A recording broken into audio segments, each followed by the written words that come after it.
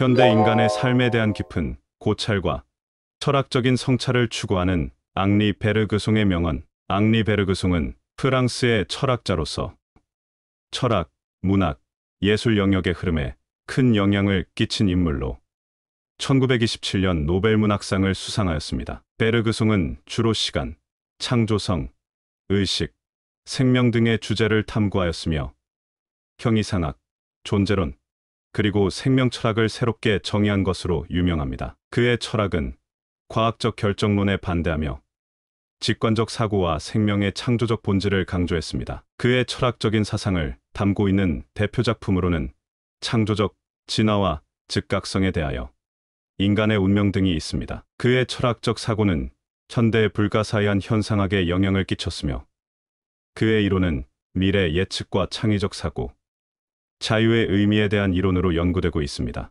또한 인간의 존재와 본질에 대한 심오한 고찰을 담고 있습니다. 특히 인간의 운명은 현대 인간의 문제점과 어려움을 다루고 있으며 자유와 책임, 본성, 우주의 의미 등 인간의 깊은 내면에 대한 고찰이 담겨져 있습니다. 그리고 인간이 자유로운 존재임을 강조하며 인간의 선택과 책임에 대한 무게를 다루고 있습니다. 이제 현대 인간의 삶에 대한 깊은 고찰과 철학적인 성찰을 추구하는 앙리 베르그송의 명언을 살펴보겠습니다. 행동하는 사람처럼 생각하고 생각하는 사람처럼 행동하라. 강가에서 물고기를 보고 탐내는 것보다 돌아가서 그물을 짜는 것이 옳다. 현재는 과거밖에 담고 있지 않으며 결과에서 발견되는 것은 원인 속에 이미 있었던 것이다. 인생은 의미 없는 것이 아니라 의미를 만들어내는 것이다. 삶은 우리가 만나는 것이 아니라 우리가 바라보는 방식이다. 사랑은 자신을 위해 타인을 소유하려는 것이 아니라 타인과 함께 자유롭게 존재하는 것이다. 행동이 필요한 순간 명상은 사치이다. 살아있는 유기체와 기계적 사고 사이의 모순에서 유머가 나온다. 하나의 사실이 두 가지로 해석되면 유머가 된다. 어떤 문제를 제기하느냐가 중요하다. 문제를 잘 내면 그것이 곧 해답이다. 삶은 탄생에서 죽음까지 날아가는 화살이 아니라 선율적 지속이다. 인간의 동작이 기계를 연상시키는 것에 비례해서 웃음을 일으킨다. 누구나 별의 한 조각을 갖고 태어난다. 그 별을 찾아가는 것이 인생의 목적이다. 그냥 자라는 것은 소용없다. 탁월하게 자라라. 웃음에 있어서 정서 이상의 대적은 없다. 직관은 생의 방향으로 흐른다. 직관이란 흘러가는 시간에 대한 우리의 개념을 통해서 세계를 파악하는 것이며 자신만의 내적인 시간, 우리가 돌아다니는 도시의 시간이 겹칠 때 사물의 본질에 이른다. 개방된 도덕과 폐쇄된 도덕이 있다. 설탕물 한 잔을 마시고 싶을 때 내가 서둘러야 소용이 없다. 설탕이 녹기까지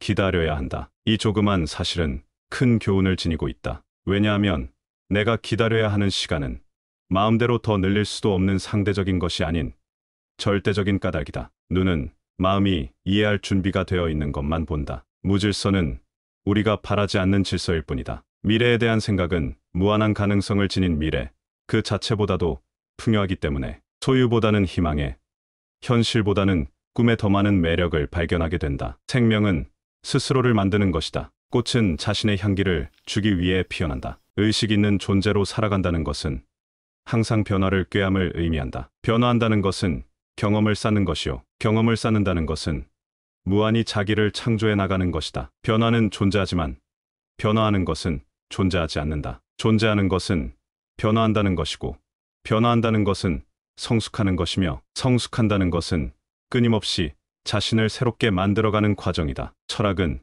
우리가 당연하게 여기는 것들을 다시 생각하게 만든다. 당신은 옳고 그름을 결정하라. 당신이 재미있고 없음을 결정하는 것처럼 말이다. 웃음은 인간성과 관련이 있다. 웃음은 지적인 활동이다. 웃음은 사회적 기능을 수행한다. 웃음은 사회적 제스처다. 웃음이란 실제적이거나 또는 상상적이거나 같이 웃는 다른 사람들과의 일치, 말하자면 공범의식 같은 것을 숨기고 있는 것이다. 똑같은 내용의 말도 누구와 언제 어디서 듣느냐에 따라 폭소가 터질 수도, 반대로 입꼬리가 미동도 하지 않을 수도 있다. 비인간, 영혼이 빠진 것, 경직된 것, 기계적인 것이 웃음의 대상이 된다. 부도덕을 내재화한 도덕적 구조체계의 모순이 기계적인 방심을 통해 드러나는 것은 웃가. 희극은 원만한 사회생활을 고무하기도 한다. 바로 이 점에서 희극은 예술의 등을 돌린다. 예술은 사회와 단절하고 자연으로 회귀하기 때문이다. 웃음은 결코 공정하지도 않다. 반복하건대 분명 선하지도 않다. 웃음의 기능은 모욕을 줌으로써 상대방을 위압하는 것이다. 자연은 선을 위하여 악을 이용했다. 미래는 예측하는 것이 아니라 창조하는 것이다. 의식은 본질적으로 시간을 살아가는 것이다. 지성은 분석하고 나누지만 직관은 통합하고 전체를 이해한다. 인간의 지성은 정적이며 고정화된 것을 다루는 능력이다. 지성은 어떤 사물이 출현하면 여러 기존 요소를 재구성하여 이를 설명하려고 하지만 그러한 방법으로는 완전히 새로운 것의 진상을 있는 그대로 파악할 수 없다. 있는 그대로 진상을 파악하기 위해서는 직관에 의존해야 한다. 지성은 행동을 하기 위해서 있는 것이며 직관은 그와 같은 목적과 이해를 갖지 않으며 다만 대상을 있는 그대로 파악하는 능력이다. 지성이 대상의 외면만을 보고 방황하면서 관점에 따라 다른 상대성을 면하지 못하는 지식을 제공하는데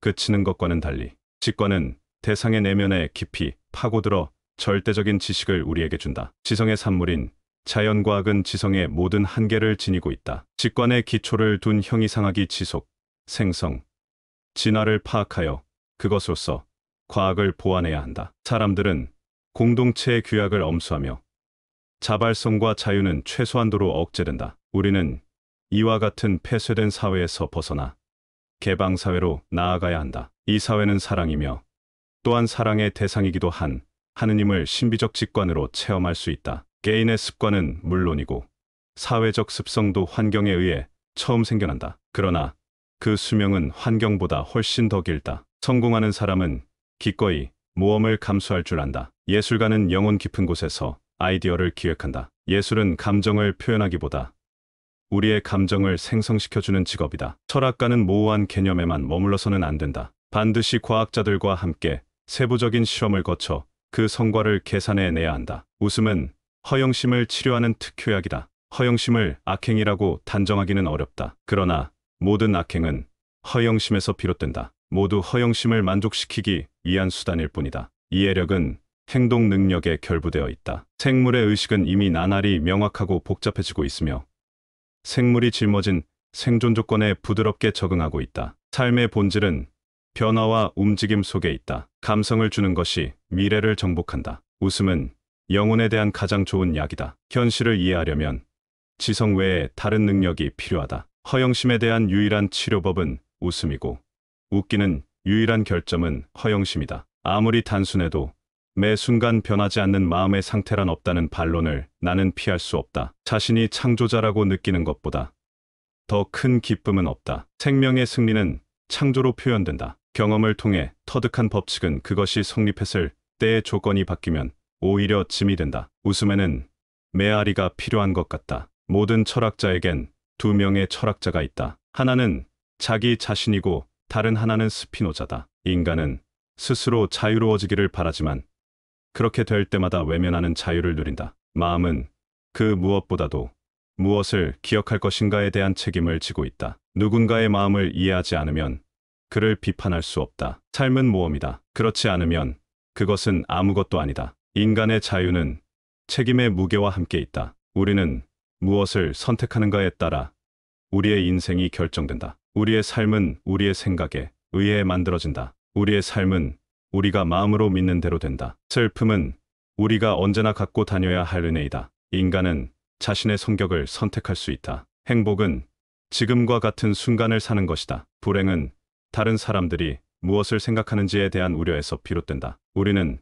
다른 사람들의 이야기를 들어주는 것으로부터 많은 것을 배울 수 있다. 어떤 문제도 인내심과 시간으로 해결된다. 인간은 스스로를 찾아야 한다. 사랑은 인간 존재의 궁극적인 목표이다. 우리의 목표는 우리 자신의 가능성을 최대한 발휘하는 것이다. 우리는 그대로의 모습으로 받아들여져야 한다. 인생의 가장 큰 적은 인간 스스로이다. 고독은 현대 인간의 가장 큰 문제 중 하나이다. 우리는 행복이 아니라 경험을 추구해야 한다. 진정한 행복은 성취를 통해 얻어진다. 가장 행복한 사람은 주위에 있는 모든 것을 사랑할 수 있는 사람이다. 존재 자체가 어떤 가치를 가지고 있다. 우리는 자유를 허용해야 한다. 그의 유언은 여러분 5시입니다. 강의는 끝났습니다로 알려져 있습니다. 또한 1913년 뉴욕 콜럼비아 대학의 초대로 미국에서 반년간 강의를 진행하였을 때 베르그송의 강연을 들으러 몰려든 사람들이 뉴욕 브로드웨이에 역사상 첫 교통체증을 만들어냈을 정도였다는 일화는 유명합니다. 앙리 베르그송 사상의 주요 개념인 직관은 이성을 통해 파악할 수 없는 생명과 시간의 본질을 이해하는 능력을 의미합니다. 창조적 진화는 생명의 창조적 충동으로 진화와 발전을 가능케 하는 원동력을 뜻합니다. 우리가 베르그송 철학에서 배울 수 있는 교훈은 시간은 주관적이고 창조적인 경험이다. 삶은 역동적이고 끊임없는 창조이다. 직관의 힘을 믿어라. 삶의 본질은 자유와 선택에 있다로 요약할 수 있습니다. 첫째, 시간은 주관적이고 창조적인 경험입니다. 시간은 단순히 숫자로 측정되는 것이 아니라 우리의 의식 속에서 유동적으로 흐르며 고유한 가치를 지닌다는 의미입니다. 이는 우리의 삶이 기계적 계획보다 창조적 선택에 의해 움직일 수 있음을 보여주는 것입니다. 둘째, 삶은 역동적이고 끊임없는 창조입니다. 생명은 고정된 것이 아니라 변화와 창조를 계속하는 것이라는 의미입니다. 이 철학은 우리가 변화와 불확실성을 두려워하지 말고 이를 성장과 가능성으로 받아들일 것을 가르치고 있습니다. 셋째는 직관의 힘을 믿어라입니다. 현대 사회는 논리와 분석에 지나치게 의존하지만 직관이 진정으로 삶의 본질을 이해하는데 필수적이라고 베르그송은 주장했습니다. 이는 창의적 사고와 인간적 통찰의 중요성을 재조명하는 것으로 이해할 수 있습니다. 넷째로, 삶의 본질은 자유와 선택에 있다는 것입니다. 베르그송은 결정론적 관점에서 벗어나 인간의 자유로운 의지가 삶의 본질임을 강조했습니다. 이는 우리가 스스로의 선택으로 삶을 이끌어 나갈 수 있다는 희망을 주는 요인이 됩니다. 이처럼 앙리 베르그송은 단순한 철학자가 아니라 우리의 삶과 시간, 그리고 창조적 잠재력을 깊이 성찰하도록 이끄는 스승 같은 인물입니다. 그의 풍부하고 생기 넘치는 사상과 뛰어난 표현 방식은 우리에게 행동과 생각에 대해 바르게 깨우쳐 줍니다. 앙리 베르그송의 시간과 의식에 대한 독창적인 사상은 현대에 우리가 살아가는 사회에서도 창조적이고 유연한 사고를 추구하는데 여전히 통찰과 큰 영감을 주고 있습니다.